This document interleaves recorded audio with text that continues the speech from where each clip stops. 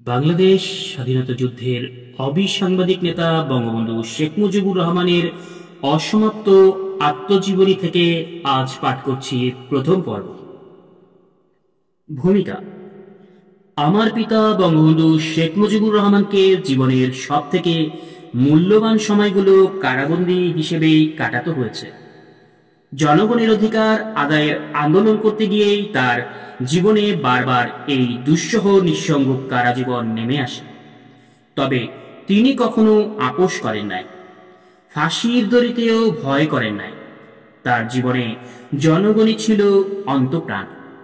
মানুষের দুঃখে তার মন কাঁদত। বাংলার দুঃখী মানুষের মুখে হাসি ফুটাবেন, সোনার বাংলা গড়বেন, সেটাই ছিল তার জীবনের একমাত্র ব্রত। অন্ন, বস্ত্র, বাসস্থান, শিক্ষা, স্বাস্থ্য, এই মৌলিক অধিকারগুলো পূরণের মাধ্যমে মানুষ উন্নত জীবন পাবে, দারিদ্র্যের কষাঘাত থেকে মুক্তি পাবে, সেই চিন্তাই ছিল প্রতিনিয়ত তার মনে। যে কারণে তিনি নিজের জীবনের সব সুখ আরামায়েশ ত্যাগ করে জনগণের দাবি আদায়ের জন্য এক আদর্শবাদী ও আত্মত্যাগী রাজনৈতিক নেতা হিসেবে আজীবন সংগ্রাম করে গেছেন। বাঙালি জাতিকে দিয়েছেন স্বাধীনতা। বাঙালি জাতিকে বীর হিসেবে বিশ্ব দরবারে দিয়েছেন অনন্য মর্যাদা। স্বাধীন সার্বভৌম বাংলাদেশ নামে বিশ্বে এক রাষ্ট্র সৃষ্টি করেছেন। বাঙালির হাজার বছরের স্বপ্ন সফল করেছেন। বাংলার মানুষের মুক্তির এই মহানায়ক স্বাধীনতা সংগ্রাম শেষে যখন জাতীয় পুনর্গঠন ও অর্থনৈতিক মুক্তি অর্জন নিশ্চিত করতে করেছিলেন, তখনই ঘাতকের নির্মম বুলেট তাকে জনগণ থেকে কেড়ে নিয়েছে।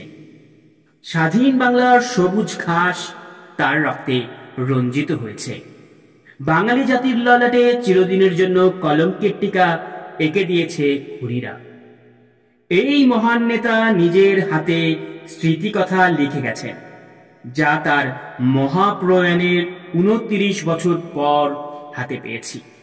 সে লেখা তার ছোটবেলা থেকে বড় হওয়া, পরিবারের কথা, ছাত্র জীবনের আন্দোলন সংগ্রাম সহ তার জীবনের অনেক অজানা ঘটনা জানার সুযোগ এনে দেবে। তার বিশাল রাজনৈতিক জীবনের এক বিচিত্র অভিজ্ঞতা এই গ্রন্থে তার লেখনীর ভাষায় আমরা পাই। তিনি যা দেখেছেন, উপলব্ধি করেছেন এবং রাজনৈতিকভাবে পর্যবেক্ষণ করেছেন, সবই সরল সহজ ভাষায় প্রকাশ করেছেন। তার এই সংগ্রাম, অধ্যবসায় ও আত্মত্যাগের মহিমা থেকে যে সত্য জানা যাবে, তা আগামী প্রজন্মকে অনুপ্রাণিত করবে। ইতিহাস বিকৃতির কবলে পড়ে যারা বিভ্রান্ত হয়েছেন, তাদের সত্য ইতিহাস জানার সুযোগ করে দেবে। গবেষক ও ইতিহাসবিদদের কাছে এই গ্রন্থ মূল্যবান তথ্য ও সত্য তুলে ধরবে। এই আত্মজীবনী আমার পিতার নিজ হাতে লেখা। খাতাগুলো প্রাপ্তির পেছনে রয়েছে এক লম্বা ইতিহাস। এই বইটা যে শেষ পর্যন্ত ছাপাতে পারবো, আপনাদের হাতে তুলে দিতে পারবো, সে আশা একদমই ছেড়েই দিয়েছিলাম।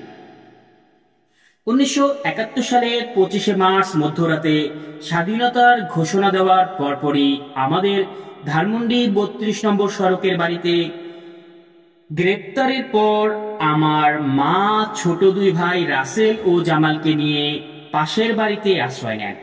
এরপর আবার 26শে মার্চ রাতে পুনরায় সেনারা হানা দেয় এবং সমগ্র বাড়ি লুটপাট করে ভাঙচুর করে। বাড়িটা ওদের দখলেই থাকে।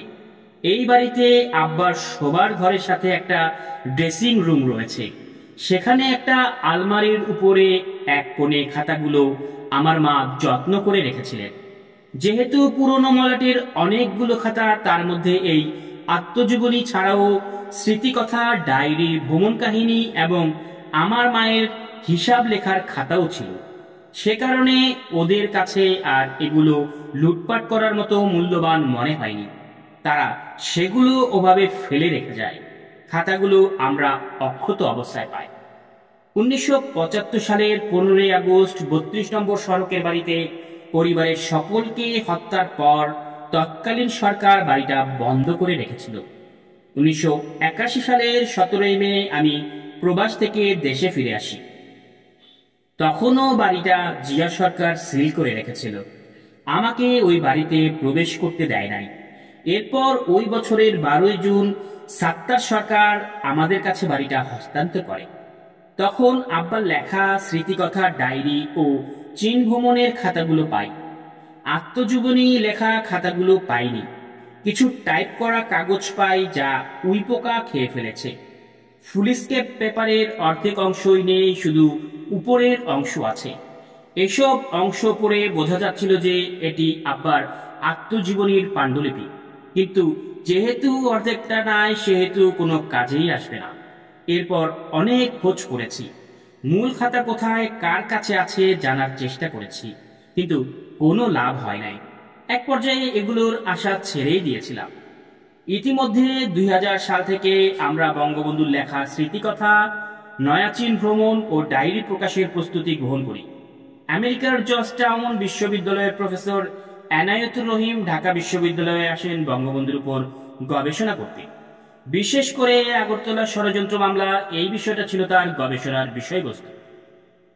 তিনি মাহবুবুল্লাহ জেবুন্নেসার ট্রাস্ট কর্তৃক ঢাকা বিশ্ববিদ্যালয়ের প্রতিষ্ঠিত বঙ্গবন্ধু শেখ মুজিবুর রহমান চেয়ারে যোগ দেন আগরতলা ষড়যন্ত্র মামলা লেখার জন্য বা গবেষণার জন্য।